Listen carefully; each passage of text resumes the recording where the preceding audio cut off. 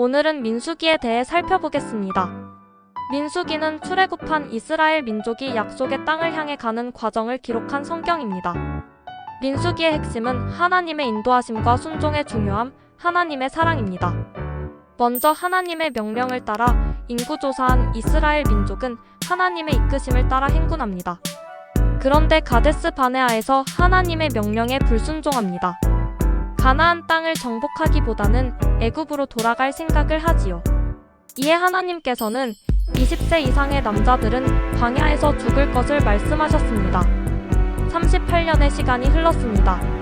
38년의 시간 동안 이스라엘 민족 가운데 불순종의 사건이 발생했습니다. 고라와 다단과 아비람 등이 모세의 권위에 도전한 것이지요. 이 사건은 땅이 입을 열어 반역자들을 삼킴으로 끝이 났습니다. 다음날 사람들이 모세와 아론을 원망했습니다. 그러자 연병이 발생했고 14,700명이 죽었습니다. 이러한 사건들은 광야 생활에서 무엇이 중요한지를 보여줍니다. 바로 하나님에 대한 순종, 하나님의 지도자의 권위 인정입니다. 이를 어길 시에 하나님의 벌이 따랐습니다. 이런 면에서 하나님은 공의의 하나님입니다. 그러나 그것이 전부가 아닙니다. 이스라엘 민족이 가데스에 도착했는데 물이 없었습니다. 사람들은 모세와 아론을 원망했습니다. 이때 하나님께서는 모세와 아론을 통해 물을 주셨습니다. 불평할지라도 하나님의 인도하심을 따라오는 자들에게 신실하신 하나님의 모습, 그것은 바로 사랑입니다. 얼마 후 이스라엘은 에돔 땅을 우회하다가 하나님과 모세를 원망하지요. 그러자 불뱀이 사람들을 물었고 결과는 다수의 사망자였습니다. 이에 백성들은 회개했습니다. 하나님은 모세에게 놋뱀을 장대해달라고 하셨고 불뱀에 물리고 놋뱀을 본 자들에게는 기적이 일어났습니다.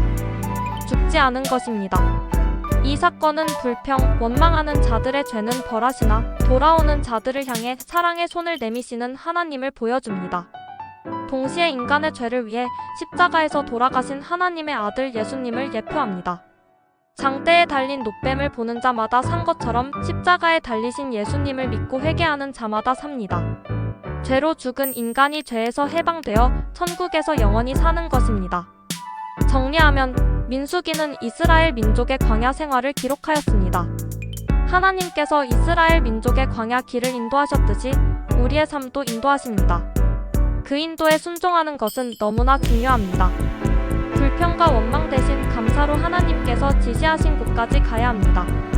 그리고 우리의 불순종과 원망에도 불구하고 하나님은 부르심에 신실하심을 보이십니다. 놋뱀을 보면 산 것처럼 예수님을 믿고 회개하면 하나님은 다시 우리를 품어주십니다. 천국 가는 날까지 하나님의 인도를 감사와 기쁨으로 잘 따라가시기를 소망합니다. 샬롬.